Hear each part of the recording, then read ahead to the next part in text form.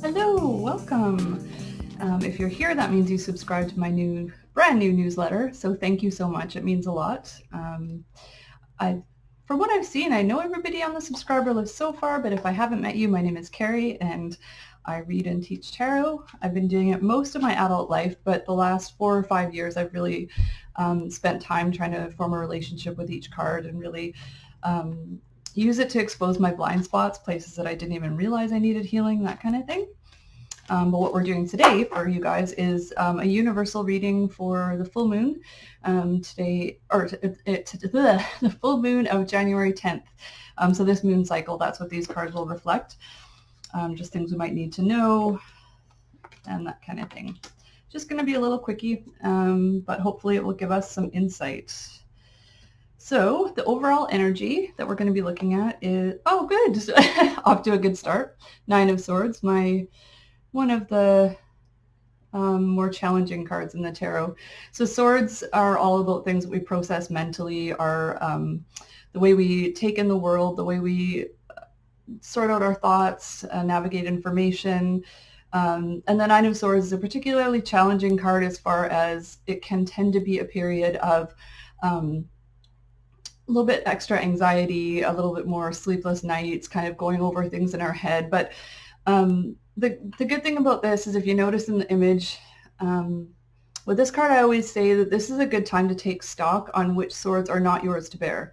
So sometimes when we get to that place, which I've certainly been feeling in this new year, where there's just so much we want to get done, or we have so many things we're trying to sort out, sometimes we can shelve some of those. If it's something you can't do anything about yourself or something you can't do anything about right now, it doesn't hurt to put it off to the side and focus on what you can take action on.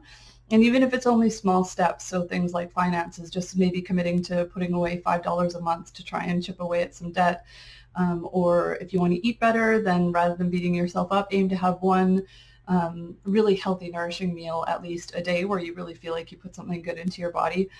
And just start taking small steps on some of those worries, and you'll slowly feel yourself become unburdened and lighter. So while it's not the most pleasant card to look at, the good thing is just to acknowledge it and observe that you might be feeling in this moon cycle a little bit overwhelmed, and that the best thing to do is make change where you can and take a break from where you can't make change. And I know for a lot of us globally, this is a really heavy time, and a time where we're probably feeling pretty helpless. So excuse me, give yourself a break. Don't be afraid to put things aside that you can't help with, I would say. Now, believe it or not, this is going to be our challenge card, just in case that one wasn't fun enough. Nice. So strength. So I think this is interesting. This is a major arcana card and one of the biggies. And as a challenge position, we look at this the same as reversed. So upright, the strength card is all about kind, gentle strength and being able to assert yourself in a way that's you're standing in your power, but you're not being overwhelming. And I think that still is true in this position, except that we may be called, and I think especially with the Nine of Swords as our main card, we may be called to be a little more assertive than we're used to, rather than having that gentle strength or quietly holding space for a situation. In this moon cycle, we might feel called to actually go a little farther than we're used to. And I don't mean aggressive. I don't mean argumentative. I just mean that you may have to flex muscles that you're not used to flexing in order to protect your own boundaries and to make sure that you are caring for yourself and your loved ones, and that people aren't putting things on you that are unfair and that aren't yours to bear. So I think with the Nine of Swords card, it's going to be a good time to really evaluate where you have been maybe giving more than you should be, and potentially standing even stronger than you have been, and really looking at places where you can do that for the overall betterment of your life, and just to make sure you're not being taken for granted, or that you're not giving more of yourself than you have to even give to your own family. So I think when you really feel like you've been maxed out in a situation or by a certain person, it's okay to say, you know what, I need a break right now. I feel like I've taken on too much, that kind of thing. So going to be calling on us to, I wrote an article recently where I referred to an article that was about giving good no. And I think that's, I often share that article with people because it's a good practice to have, to how to say no in a way that doesn't hurt anybody and that it's clear it's nothing about them, but just that you're saying that this is not working for you right now. So yeah, so let's move on. Let's look at energy passing out of our life in this moon cycle. Okay, nice. So we've got the Seven of Wands.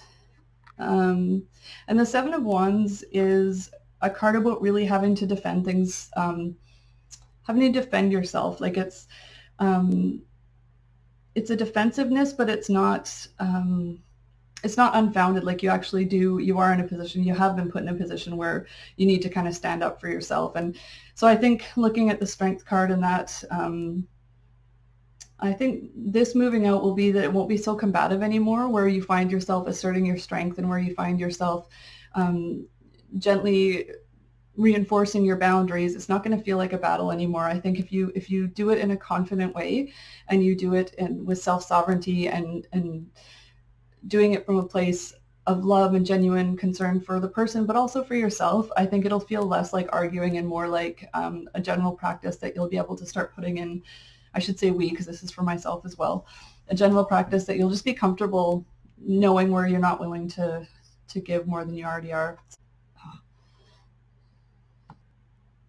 The Seven of Wands is, things we really care about. So oftentimes it'll be somebody will be calling on our moral compass or that kind of thing. And it will start to feel more comfortable. I think it'll be a lot smoother of a ride. As people know that they're not going to be able to keep challenging you on things that matter to you. Okay, so the next one is kind of the current energy that we have around us during this full moon cycle. Nice. Okay, so that's a good one. But Ten of Pentacles. So that's a beautiful card of, and I think it goes so well with like taking a break from things in the Nine of Swords. Ten of Pentacles is earth energy. It's about our home, our finances, our bodies, what we surround ourselves with in the physical realm.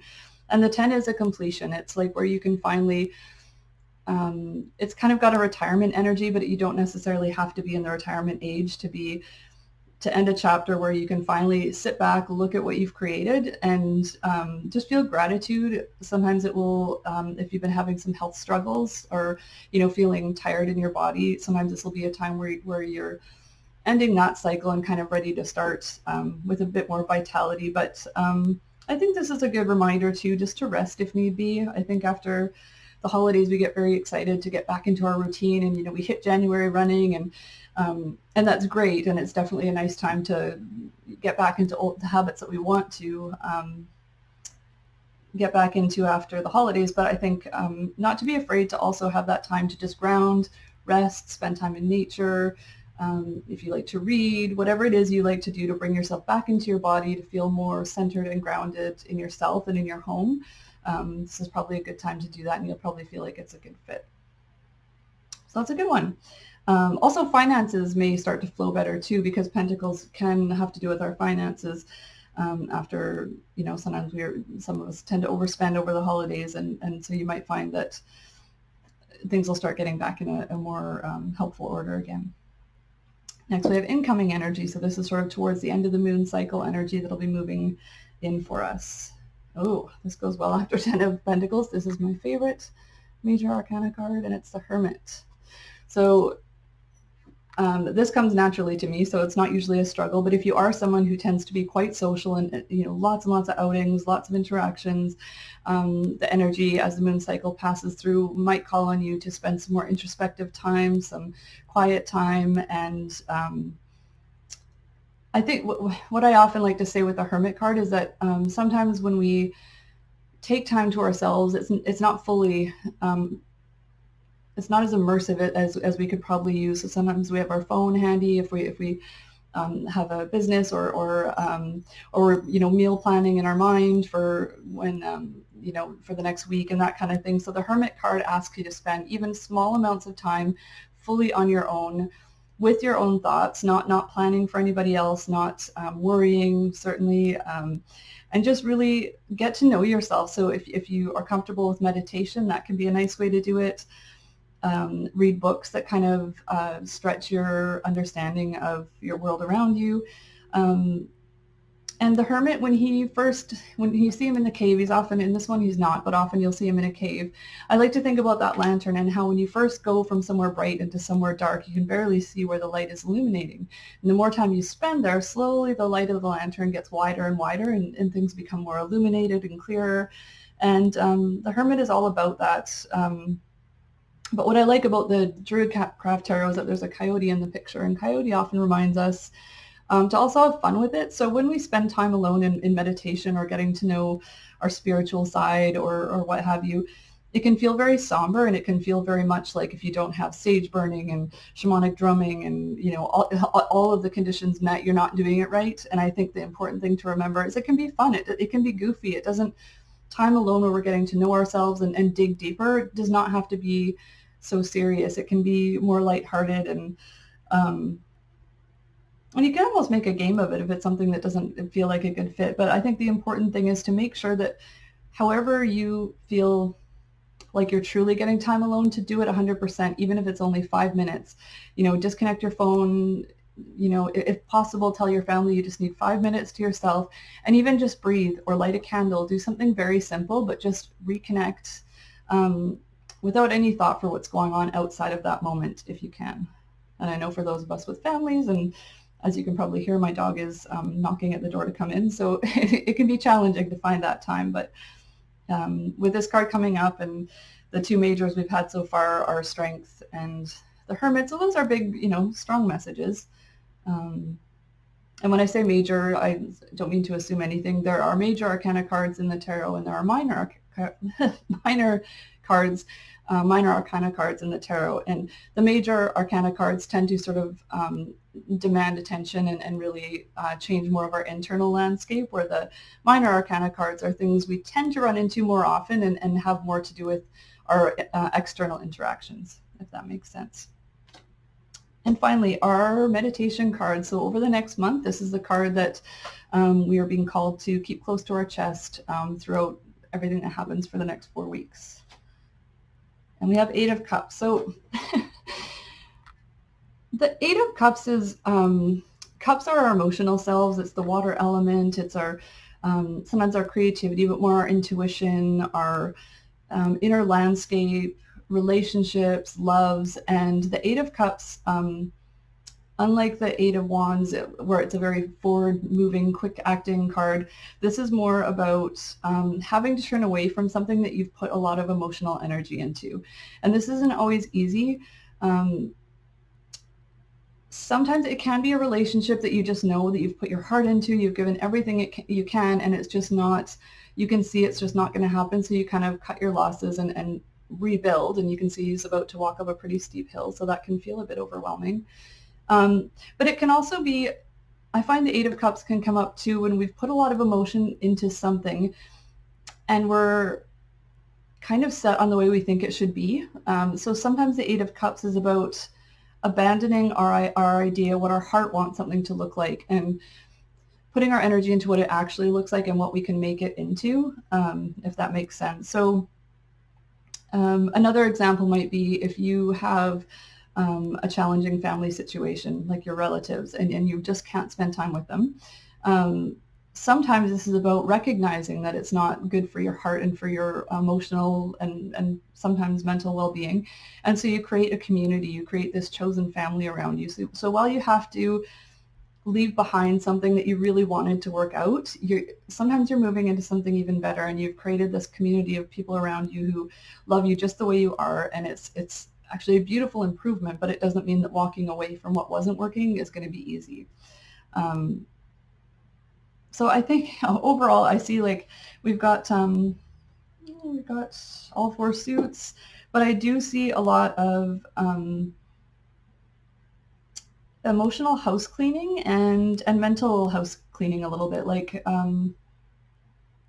taking stock of what you really want to be putting your mental and emotional energy into, and rather than having that scattered in so many places, putting more of it into the things that actually feel gratifying to you and that make you feel that you're serving yourself well. And of course, in taking care of ourselves and making sure we're serving ourselves, we are generally naturally serving those around us as well. Um, so I think things like spiritual practice, whatever that looks like to you, if that's nature, if that's some of us like handcrafts, like knitting, if that's where you kind of connect to spirit, whatever it is, just practice that a little bit this month. And in the very center of all the cards, we have, going back to the Ten of Pentacles, so this energy right now of resting when we need to, taking care of our bodies, but it'll be a satisfying feeling. This won't feel like a chore. I think you'll naturally fall into that when you need to. But going back to the Eight of Cups, I think it might be a good time for us to really evaluate where, we're kind of bleeding out a lot of emotional energy, and it's just, I don't know if you'll be able to see this, but there's a little where the water is just spilling down this deep hole, and there are situations in our life where we want so badly to make them work that we literally are almost bleeding out all of our resources. And I think if we tap in, like I said, in the incoming energy of the Hermit, and if we really pay attention to our inner selves and our intuition and what our inner voice is saying, could I say inner more times?